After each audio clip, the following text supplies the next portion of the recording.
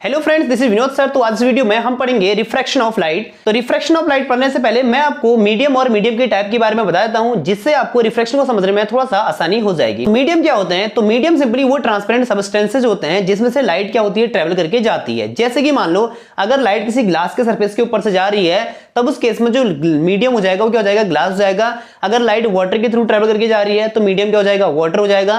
तो सेम जिसके through light travel करके जाएगी उसको हम क्या बोलेंगे, मीडियम बोलेंगे। या वो ट्रांसपेरेंट सब्सटेंस जिसके थ्रू लाइट ट्रेवल करके वन प्लेस से दूसरे प्लेस तक पहुंचेगी उसको हम क्या कहेंगे, मीडियम कहेंगे। ठीक है भाई। जैसे कि मान लो अगर हम एक प्लेस से दूसरे प्लेस से कहीं, जैसे मान लो अगर आपको घर से स्कूल जाना है तो आप किसके थ्रू जाते हैं, बस के थ्रू जाते हैं, साइकिल के थ्रू जाते हैं, है ना। तो किसी न किसी के थ्रू आप क्या होता है, अपने घर से स्कूल तक जाते होंगे। दैट मींस तो आपके लिए मीडियम क्या हो जाएगा, जिसके थ्रू आप जाते हैं। जैसे आप बस के थ्रू जाते हैं तो बस आपके लिए क्या हो जाएगा, मीडियम हो जाएगा। अगर आप साइकिल के थ्रू जाते हैं तो साइकिल आपके लिए क्या हो जाएगा, मीडियम हो जाएगा। तो सिंपली मीडियम क्या हुआ, तो मीडियम आपका वो ट्रांसपेरेंट सब्सटेंसेज होते हैं जिसके थ्रू लाइट क्या होती है, ट्रेवल करके जाती है, उसको हम क्या बोलते हैं, मीडियम बोलते हैं। अब देखिए लाइट किस किस में से ट्रेवल करके जा सकती है। तो लाइट आपके देखो ग्लास सरफेस में से ट्रेवल करके जा सकती है ना। और लाइट जो होती है वाटर से ट्रेवल कर सकती है। और लाइट जो होती है देखो डायमंड से लाइट क्या होती है, ट्रेवल करके जा सकती है ना। डायमंड भी होता है और केरोसिन ऑयल हो सकता है ना।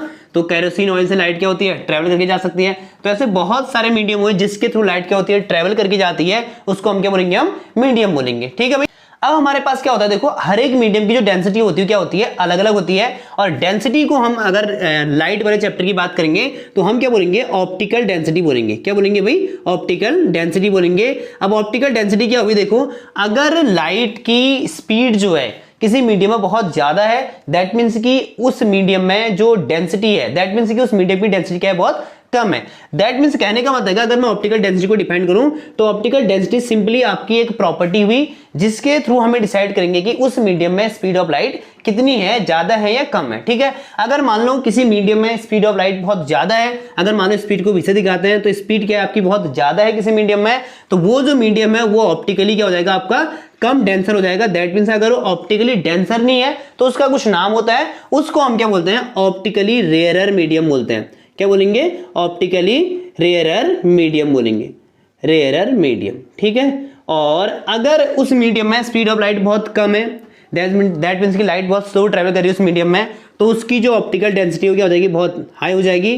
और उस मीडियम को हम क्या बोलेंगे, ऑप्टिकली डेंसर मीडियम बोलेंगे। क्या बोलेंगे भाई, ऑप्टिकली डेंसर मीडियम बोलेंगे, ऑप्टिकली डेंसर मीडियम।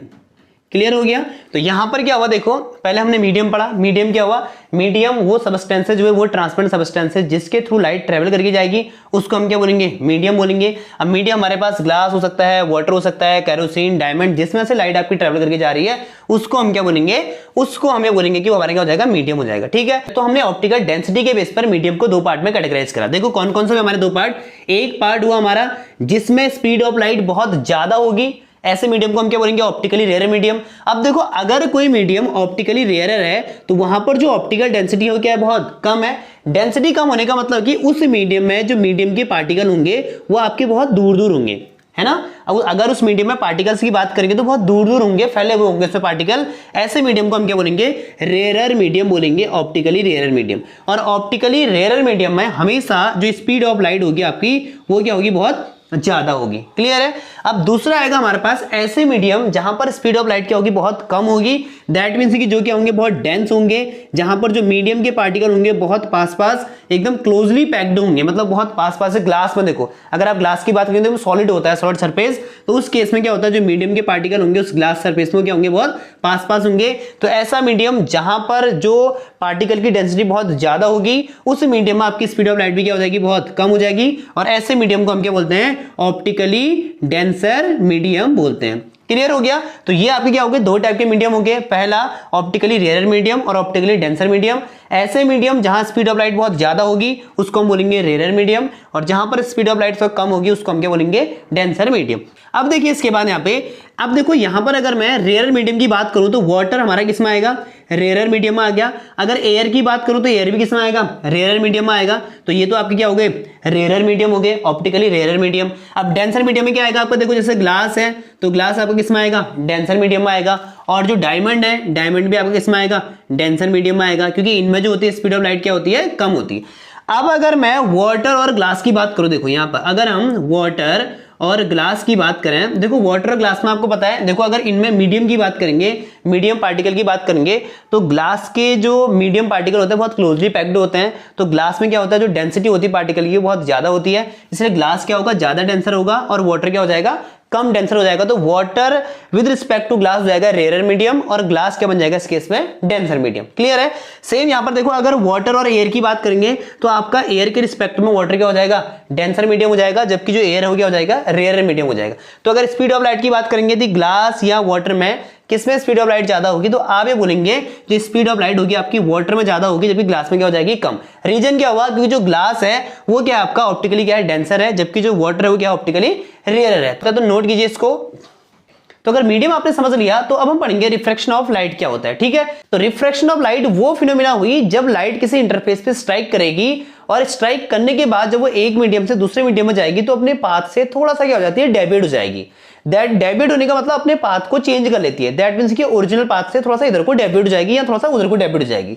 उस फिनोमेना को हम क्या बोलते हैं, रिफ्रैक्शन ऑफ लाइट बोलते हैं। मैं आपको पहले इस डायग्राम से बताता हूं। देखो, जैसे मान लो आपके पास ये एक इंटरफेस हो गया, ठीक है, जैसे मान लो ये आपका एक मीडियम हो गया, एक ग्लास स्लैब हो गया। ठीक, अब होता क्या है, देखो जैसे मान लो यहां पर लाइट स्ट्राइक करती है इस पॉइंट पर, ठीक है, ये रे आई, जो ये रे आ रही है इस मीडियम में, इसको हम क्या बोलते हैं, इंसिडेंट रे बोलते हैं। और यहां पर मैं करता हूं इसके लिए नॉर्मल ड्रॉ कर देते हैं। क्लियर हो गया भाई। अब यहां पर मान लो ये जो मीडियम है ये आपका एयर हो गया, ठीक है। अब एयर का है तो दैट मींस कौन सा मीडियम, ये आपका हो गया रेयर मीडियम। और यहां पर आपका ग्लास है, इसको मैंने कहा ये क्या है, आपका ग्लास है, तो ये आपका क्या हो गया, डेंसर मीडियम। ठीक है, हुआ क्या, जब लाइट यहां से इस इंटरफेस पे स्ट्राइक करती है, इस पॉइंट पे जब आती है, जैसे ही लाइट इस पॉइंट पर आएगी तो यहां पर क्या देखो, रेयर मीडियम है। रेयर मीडियम का मतलब यहां पार्टिकल बहुत दूर दूर फैले हुए होंगे, यहां पर स्पीड ऑफ लाइट भी क्या होगी, ज्यादा होगी। जैसे ही लाइट इस पॉइंट पे स्ट्राइक करती है, मीडियम कौन सा आ गया आपका, डेंसर मीडियम। और डेंसर मीडियम में जब लाइट स्ट्राइक करती है तो यहां पर जो मीडियम के पार्टिकल होंगे बहुत क्लोजली पैक्ड होंगे। ठीक है भाई, पार्टिकल एकदम पैक्ड होंगे। तो लाइट जैसे ही इस इंटरफेस पे आएगी तो लाइट क्या होती है, थोड़ा सा जाना लाइट को चाहिए था ऐसे, देखो हमारे साथ तो लाइट को ऐसे जाना चाहिए था, बट लाइट जाती ऐसे नहीं है, रे ऐसे ट्रेवल नहीं करती है, रे थोड़ा सा इधर को डेविएट जाती है इस तरीके से। तो लाइट का अपने ओरिजिनल पाथ से जो डेविएशन हुआ इस साइड को, इसी फिनोमेना को हम क्या बोलते हैं, रिफ्रैक्शन ऑफ लाइट बोलते हैं। ठीक है भाई, क्या हुआ, लाइट रे आई, ये आपकी कौन सी रे हो गई, इंसिडेंट रे। इंसिडेंट रे आई, इस इंटरफेस पे स्ट्राइक करा, जैसे ही यहां पर मीडियम चेंज हुआ, लाइट को जाना यहां चाहिए था, बट लाइट मीडियम चेंज होने की वजह से इधर को डेविएट होगी। इस फिनोमेना को हम क्या बोलते हैं, रिफ्रैक्शन ऑफ लाइट बोलते हैं। और वही हमने डेफिनेशन में लिखा हुआ, देखो, the bending of ray of light from its original path, bending of ray of light from its original path at the interface when it travel from one medium to another medium is called refraction, या the phenomena in which a ray of light deviate from its original path when it travel from one to other medium, this phenomena is called refraction of light। तो light को जाना ऐसे चाहिए था, light थोड़ा सा इधर को बेंड हो जाती है, तो इस फिनोमेना को हम क्या बोलते हैं, रिफ्रैक्शन ऑफ लाइट बोलते हैं। ठीक है भाई, तो ये आपकी हो गई इंसिडेंट रे, यहां पर आपका इंटरफेस हो गया, और ये जो रे है ये आपकी रिफ्रैक्टेड रे, रिफ्लेक्टेड नहीं, रिफ्रैक्टेड, लाइट की दूसरे मीडियम में जा रही है तो इसको क्या बोलते हैं, रिफ्रैक्टेड रे। ठीक है भाई, अब ये आपका क्या हुआ, ये आपका है नॉर्मल। अब नॉर्मल का इंसिडेंट रे का नॉर्मल के साथ जो एंगल बनता है, एंगल ऑफ इंसिडेंस आई, और यहां पर जो एंगल बनेगा इसे बोलते हैं angle of refraction R, angle of refraction R. ठीक है भाई, तो ये आपकी incident ray, refracted ray, normal, तो एंगल आई क्या हुआ आपका, angle of incidence, angle of incidence है ना, और एंगल आर क्या हुआ आपका, angle of refraction, angle of refraction. Clear हो गया। तो लाइट के रिफ्रैक्शन के लिए कंडीशन क्या हुई कि लाइट को एक मीडियम से दूसरे मीडियम में ट्रेवल करना चाहिए। दैट मींस कि आपका मीडियम चेंज होना चाहिए, तभी लाइट का क्या होगा, रिफ्रैक्शन होगा। तो लाइट का रिफ्रैक्शन होता क्या, उसका जो मेन रीजन है, जो इसका कॉज है, क्योंकि लाइट का डिफरेंट मीडियम में जो लाइट की स्पीड होती है क्या होती है, लगातार चेंज होती है। तो लगातार स्पीड चेंज होने की वजह से, तो लगातार मीडियम चेंज होने की वजह से लाइट की स्पीड क्या हो रही है, लगातार चेंज हो रही है। तो इस वजह से लाइट का क्या हो रहा है, रिफ्रैक्शन हो रहा है। तो due to changes in speed of light in different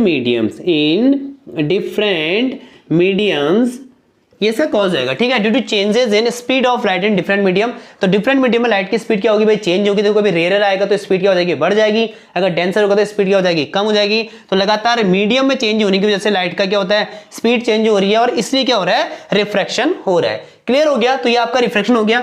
अब हम बात करेंगे लॉज ऑफ रिफ्रैक्शन के बारे में। ठीक है भाई, लॉज ऑफ रिफ्रैक्शन पढ़ लेते हैं। ठीक, लॉज ऑफ रिफ्रैक्शन। क्लियर है? तो इसके अंदर हमारा जो पहला लॉ होगा, पहला लॉ सेम है जो आपका रिफ्लेक्शन का था। पहला लॉ क्या कहता है कि इंसिडेंट रे, ठीक है, मैं शॉर्ट में लिख रहा हूं, इंसिडेंट रे और रिफ्रैक्टेड रे, रिफ्रैक्टेड रे है ना, incident ray, refracted ray, normal, all lie in same plane. ठीक है, all lie in same plane. सारे जो रेज हैं या जो भी नॉर्मल रेज सब है वो एक ही प्लेन के ऊपर क्या करेंगे, लाई करेंगे and meet at the interface at point of incidence. इस पॉइंट का नाम क्या हो जाएगा आपका, पॉइंट ऑफ इंसिडेंस। और कहां पर मिलते हैं, पॉइंट ऑफ इंसिडेंस पे मिलते हैं। ठीक है, incident ray, reflected ray, normal, all line same plane, तो आपका पहला लॉ हो जाएगा। सेकंड लॉ बहुत बहुत इंपॉर्टेंट लॉ है, इस लॉ का एक और नाम है, इसको हम बोलते हैं स्नेल्स लॉ। किसका लॉ बोलते हैं, स्नेल्स लॉ। स्नेल ने क्या कहा इस लॉ के लिए, उनने कहा कि the ratio of sine of angle of i, ठीक है, रेशियो ऑफ, यहां लिखेंगे the ratio of sine of angle i, ठीक है, sine of angle i to sine of angle r, to sine of angle r is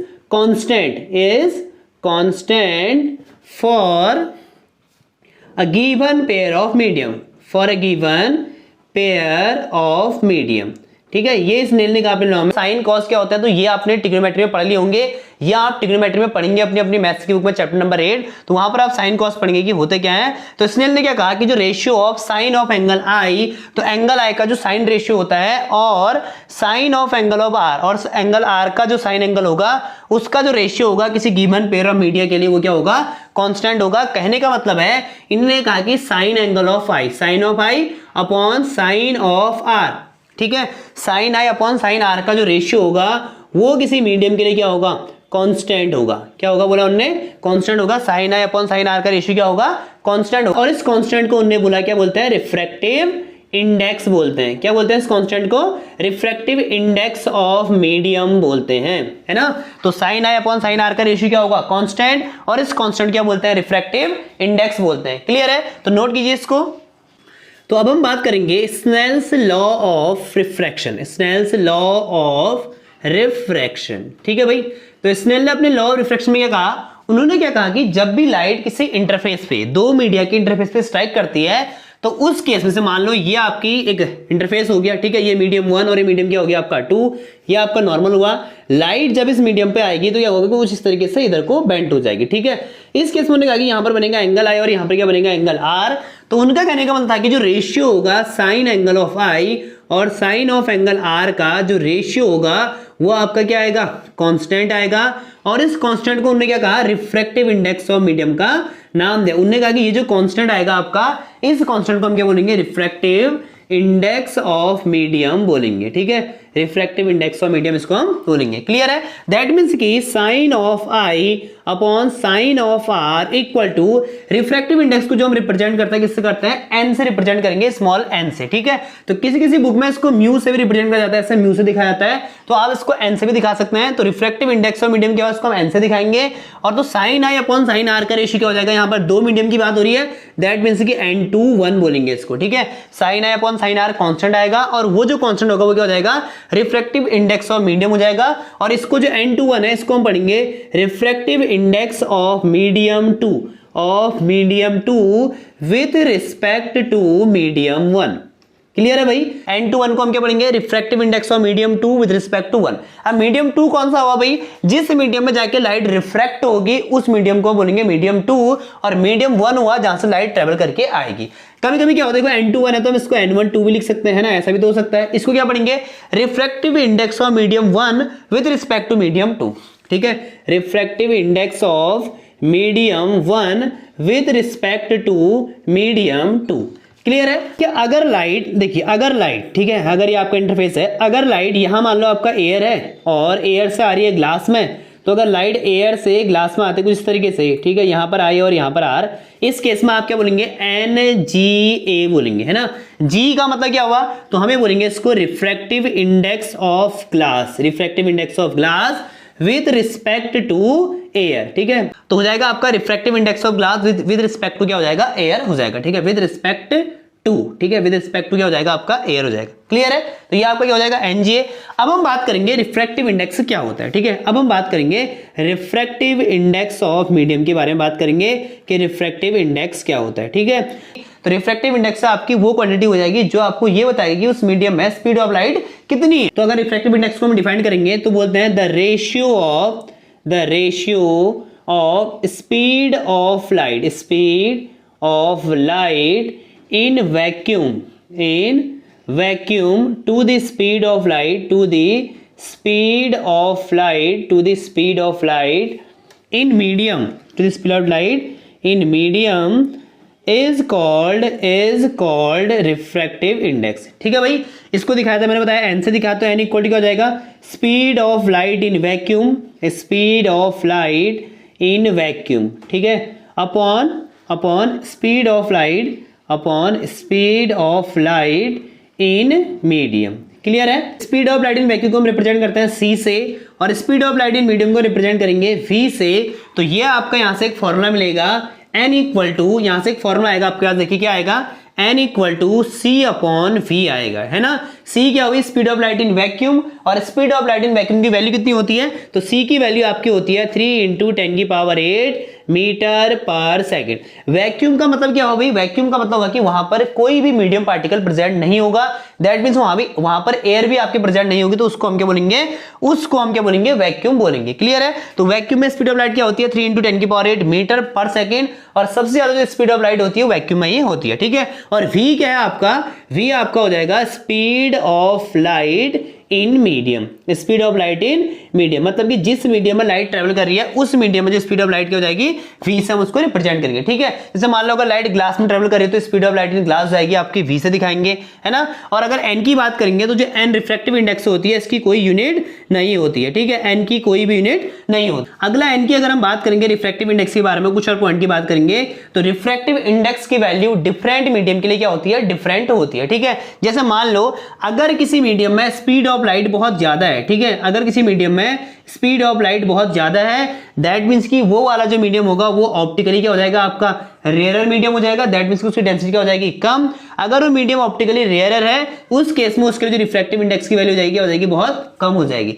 same होगा अगर किसी medium में स्पीड ऑफ लाइट बहुत कम है तो उस केस में वो मीडियम क्या हो जाएगा, आपका ऑप्टिकली डेंसर हो जाएगा, और ऑप्टिकली डेंसर मीडियम का जो रिफ्रैक्टिव इंडेक्स होती है उसकी वैल्यू क्या होती है, बहुत ज्यादा होती है। ठीक है। दैट मींस कि अगर मीडियम आपका ऑप्टिकली रेयरर है तो रिफ्रैक्टिव इंडेक्स n की वैल्यू क्या होगी, उसके लिए कम हो जाएगी, और अगर मीडियम ऑप्टिकली डेंसर है दैट मींस उसके लिए रिफ्रैक्टिव इंडेक्स n की वैल्यू क्या हो जाएगी, थोड़ा सा ज्यादा हो जाएगी। ठीक है। तो जैसे यहां पर क्या होता है, देखो अगर मैं रिफ्रैक्टिव इंडेक्स की बात करूं तो रिफ्रैक्टिव इंडेक्स ऑफ अगर एयर की बात करेंगे तो हम अप्रोक्सीमेट कितने लेते हैं, उसको 1 लेंगे, और अगर रिफ्रैक्टिव इंडेक्स ऑफ वाटर की बात करेंगे तो रिफ्रैक्टिव इंडेक्स ऑफ वाटर होता है आपका 1.33 होता है, और अगर रिफ्रैक्टिव इंडेक्स ऑफ ग्लास की बात करेंगे तो रिफ्रैक्टिव इंडेक्स ऑफ ग्लास आपका कितना होता है, 1.5 होता है। ठीक है। और अगर रिफ्रैक्टिव इंडेक्स ऑफ डायमंड की बात करेंगे तो डायमंड का जो रिफ्रैक्टिव इंडेक्स होता है कितना होता है, 2.42 के आसपास होता है। ठीक है। तो जो सबसे ज्यादा जो रिफ्रैक्टिव इंडेक्स होता है किसका होता है, डायमंड का होता है। ठीक है। तो एयर का रिफ्रैक्टिव इंडेक्स कितना हुआ आपका, 1 हो गया, और वाटर का कितना होता है 1.33, ग्लास का कितना हुआ 1.5, और डायमंड का कितना होता है 2.42।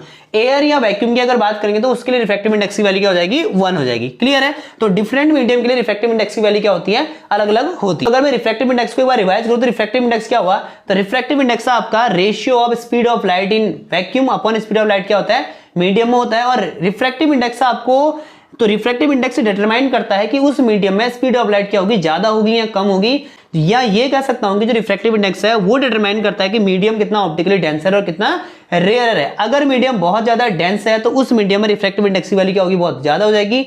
अगर मीडियम रेयर है तो रिफ्रैक्टिव इंडेक्स की वैल्यू क्या हो जाएगी, कम। तो नोट कीजिए इसको। तो रिफ्रैक्टिव इंडेक्स में हम आगे देखेंगे, तो रिफ्रैक्टिव इंडेक्स में आगे देखेंगे हम, देखो हमने क्या पढ़ा, refractive index n equal to क्या पढ़ा, c अपॉन क्या होता है, v होता है। ठीक है भाई। तो ये तो हमारा क्या हो गया, फॉर्मूला हो गया, n इक्वल टू क्या होता है, c अपॉन v हो गया। ठीक। अब यहां में क्या होता है, देखो जब भी लाइट का रिफ्रैक्शन होगा, ठीक है, जब भी लाइट का रिफ्रैक्शन होगा तो लाइट की देखो जो फ्रीक्वेंसी होती है लाइट की कभी चेंज नहीं होगी। ठीक है। तो जब लाइट का रिफ्रैक्शन होगा तो फ्रीक्वेंसी ऑफ जो लाइट है आपकी, फ्रीक्वेंसी ऑफ लाइट वो क्या होगी आपकी, चेंज नहीं होगी। देखो चेंज क्या होता है, रिफ्रैक्शन के टाइम पे स्पीड चेंज होती है लाइट की, है ना, स्पीड चेंज होगी, और वेवलेंथ ऑफ लाइट क्या होगी आपकी, चेंज होगी। वेवलेंथ को हम रिप्रेजेंट करते हैं किससे, लैम्डा से। स्पीड चेंज होगी, वेवलेंथ चेंज होगी, बट बट आपकी फ्रीक्वेंसी जो होगी वो चेंज नहीं होगी। उसका रीजन ये हुआ, जो फ्रीक्वेंसी होती है वो आपके सोर्स की प्रॉपर्टी हुई, क्योंकि लाइट जिस फ्रीक्वेंसी सोर्स से निकल चुकी होगी वही लाइट की फ्रीक्वेंसी क्या रहेगी, आपकी सेम रहेगी। इसलिए जब भी आपको पूछा जाएगा कि रिफ्रैक्शन होगा लाइट का, तो रिफ्रैक्शन के टाइम पे लाइट की स्पीड चेंज होती है, वेवलेंथ चेंज होती है, बट जो लाइट की फ्रीक्वेंसी है वो कभी चेंज नहीं होगी। ठीक है, तो फ्रीक्वेंसी हमेशा क्या रहती है, रिफ्रैक्शन के टाइम पे कांस्टेंट रहती है। ठीक, अब हम पढ़ेंगे अगला फॉर्मूला। देखो n इक्वल टू, हमारे पास फॉर्मूला आया c अपॉन v। क्लियर है, यहां पर c तो c रहेगा। अब c तो हमारा क्या रहेगा, कांस्टेंट रहेगा। अगर v की बात करेंगे, देखो v इक्वलिटी क्या होता है यहाँ पर, तो स्पीड इक्वलिटी क्या होता है, डिस्टेंस अपॉन क्या होता है, टाइम होता है। क्लियर, तो स्पीड इक्वल टू, अगर लाइट में डिस्टेंस की बात करेंगे तो यहाँ पर क्या आएगा, वेवलेंथ आएगा, वेवलेंथ अपॉन क्या हो जाएगा, टाइम। तो यहाँ पर क्या आएगा आपका speed equal to 1 upon time. तो 1 अपॉन टाइम को हम क्या बोलते हैं, फ्रीक्वेंसी बोलते हैं। तो स्पीड इक्वल टू क्या आएगा आपके पास, लैम्डा इंटू क्या आ जाएगा, फ्रीक्वेंसी। तो मैं इस फॉर्मूले को फ्रीक्वेंसी के टर्म में भी लिख सकता हूं। तो refractive index n equal to c upon v, और v इक्वल टू क्या होता है, लैम्डा इंटू फ्रीक्वेंसी। तो यहाँ पर क्या आ जाएगा आपका, लैम्डा इंटू क्या आ जाएगा, फ्रीक्वेंसी आ जाएगा। क्लियर है, तो ये भी आपके पास एक फॉर्मूला हो गया। जैसे मान लो आपको n दिया हुआ है एयर का 1 और लैम्डा दिया आपको 200 मीटर। ठीक है, लैम्डा 200 मीटर दिया हुआ है और आपसे बोलता है कि बताओ फ्रीक्वेंसी कितनी होगी, सोर्स की फाइंड आउट करिए। तो यहाँ पर देखिए n गिवन है, लैम्डा गिवन है, फ्रीक्वेंसी गिवन है। तो मैं क्या लगाऊंगा फॉर्मूला, n इक्वल टू मेरे पास हो जाएगा c upon lambda into frequency. ठीक, n कितना दिया मुझे, n देखिए 1, c कितना होता है, c आपको याद होगा 3 × 10⁸ अपॉन लैम्डा कितना दिया है, 200 मीटर दिया हुआ है। यहाँ पर फ्रीक्वेंसी को न्यू से दिखा देंगे। ठीक है, फ्रीक्वेंसी को हम किसे दिखाते हैं, न्यू से दिखाते हैं। ठीक, फ्रीक्वेंसी और वेवलेंथ क्या होता है, तो आपने क्लास 9th में साउंड चैप्टर पढ़ा होगा, तो वहां पर ये कि आपका वेवलेंथ और फ्रीक्वेंसी क्या होता है आपको डिटेल में समझाए गए होंगे। क्लियर, यहां पर क्या आएगा आपका, देखो यहां से न्यू अगर निकालेंगे, देखो न्यू को मैं यहां भेजूंगा, तो यहां से क्या आएगा, न्यू इक्वल टू, न्यू अगर ऊपर आएगा 3 × 10⁸ अपन क्या हो जाएगा 200। तो यहां से आप जब इसको सॉल्व करेंगे तो आपको फ्रीक्वेंसी आ जाएगी, आपकी किसमें आएगी, हर्ट्ज में। जो फ्रीक्वेंसी की यूनिट क्या होती है, हर्ट्ज होती है। क्लियर है, तो ये आपका एक फॉर्मूला हो गया। अब अगर हम दो मीडियम की बात करेंगे तो देखो n2 इक्वल टू क्या होता है, वास्तव में n2 इक्वल टू होता है n2 अपॉन क्या होता है, n1 होता है। क्लियर, सिमिलरली अगर n12 की बात करेंगे तो n12 इक्वल टू क्या होता है, n1 अपॉन n2 होता है। n21 क्या हुआ, देखो n21 की बात करेंगे तो ये आपका मीडियम हुआ है ना, लाइट ऐसे आई, यहाँ पर आपका मीडियम 1 और यहाँ क्या हुआ, मीडियम 2। अब यहाँ पर मान लो लाइट ऐसे ट्रेवल कर रही है इस तरीके से। ठीक, ये आपका इंटरफेस हुआ। अब अगर मान लो ये आपका एयर है और यहाँ पर आपका क्या है, ग्लास है ना, यहाँ पर ग्लास है तो ये डेंसर हुआ। तो यहाँ पर आपका बनेगा एंगल आई, और देखो लाइट आपकी एयर से ग्लास में आ रही है। जब भी लाइट रेयर मीडियम से डेंसर मीडियम में आएगी तो मीडियम की ओर को, ठीक है, मीडियम की टुवर्ड्स क्या हो जाएगी, बेंड हो जाएगी। तो यहाँ पर क्या बनेगा आपका एंगल आर बनेगा। इस केस में जब लाइट कहाँ से, एयर से ग्लास में आएगी, दैट मीन्स कि जब भी लाइट आपकी रेयर मीडियम से डेंसर मीडियम में ट्रेवल करेगी, उस केस में जो रे ऑफ लाइट है, इंसिडेंट रे, वो बेंड्स हो जाएगी किसकी ओर को, बेंड्स टुवर्ड्स नॉर्मल। किसकी ओर को बेंड्स हो जाएगी, टुवर्ड्स नॉर्मल की ओर क्या हो जाएगी, बेंड्स हो जाएगी। ठीक है, इस केस में जो आई की वैल्यू है एंगल आई वो ग्रेटर होगा किससे, एंगल आर से। कब, जब लाइट रे आपकी रेयर से डेंसर में आएगी, उस केस में जो लाइट रे है, इंसिडेंट रे, वो बेंड्स हो जाएगी इसकी टुवर्ड्स नॉर्मल की ओर को बेंड्स हो जाएगी, और एंगल आई की वैल्यू क्या होगी इस केस में, ग्रेटर होगी आर से। ठीक, सेकंड केस होगा, देखो आपका जो सेकंड केस है, जब लाइट रे, ठीक है, ऐसा है, अब लाइट रे आपकी डेंसर मीडियम से आ रही है। ठीक है, डेंसर मीडियम में यहाँ आपका बनेगा एंगल आई। जब भी लाइट रे डेंसर मीडियम से, ग्लास हो गया, और अब आ रही है रेयर मीडियम में, जो जब लाइट डेंसर से रेयर मीडियम में आएगी तो लाइट रे अब क्या होगी, नॉर्मल से अवे कुछ इस तरीके से चले जाएगी। यहाँ पर बनेगा आपका एंगल आर। तो जब भी लाइट रे डेंसर मीडियम से रेयर मीडियम में आएगी, उस केस में जो लाइट रे है वो अवे फ्रॉम नॉर्मल क्या हो जाएगी, बेंड हो जाएगी, नॉर्मल से बाहर की ओर को चले जाएगी। इस केस में क्या होगा, आपका जो एंगल आर होगा वो ग्रेटर हो जाएगा इससे, एंगल आई से। ठीक, ये आपका हो जाएगा मीडियम 1 और ये हो जाएगा मीडियम 2। देखो अगर मीडियम 1 से मीडियम 2 में आएगी तो हम इस तरीके से लिखेंगे n21, तो n2 अपॉन n1। n2 क्या हुआ, n2 आपका वो मीडियम होगा जहां पर लाइट का रिफ्लेक्शन होगा, या जिस इंटरफेस पे लाइट का रिफ्लेक्शन होगा वो आपका क्या हो जाएगा, n2 हो जाएगा। क्लियर है भाई। थर्ड केस देखिए, जब लाइट, देखो ये आपका मीडियम हो गया है ना, तो डेंसर मीडियम हुआ, और लाइट रे अगर सीधे आती है, मान लो नॉर्मल के ऊपर ऐसे स्ट्राइक करती है, तो अगर लाइट रे नॉर्मल के ऊपर सीधे आएगी, इस केस में क्या होगा आपका, इस केस में एंगल आई और एंगल आर दोनों क्या हो जाएंगे, आपके जीरो हो जाएंगे, क्योंकि जो एंगल आई था वो ऐसे बन रहा था। अब देखो लाइट रे सीधे ऐसे आ रही, तो सीधे जब आएगी तो लाइट रे आपकी सीधे निकल जाएगी। उस केस में मीडियम कुछ भी है उससे कोई इफेक्ट नहीं पड़ेगा। उस केस में आई और आर क्या हो जाएगा, आपका जीरो हो जाएगा। क्लियर है। तो अब मैं करूंगा स्नेल्स लॉ को कुछ तरीके से लिख सकते हैं। देखो अगर sine I upon sine R equal to, अभी हमने क्या पढ़ा, n2 1 होता है, दैट मीन्स क्या हो जाएगा, n2 अपॉन क्या हुआ, n1। अब n2 को मैं क्या लिख सकता हूं, n2 इक्वल टू क्या होता है, c तो आपका कांस्टेंट हुआ, n equal to c upon v2। Same n1 के लिए क्या हो जाएगा, c अपॉन v1। सी से सी क्या हो जाएगा कैंसिल, तो V1 आपका ऊपर जाएगा, यहां से क्या आएगा V1 upon V2। That means कि मैं लिख सकता हूं sine of I upon sine of R equal to N2 upon N1, और N2 अपॉन N2 क्या लिख सकते हैं V1 अपॉन V2।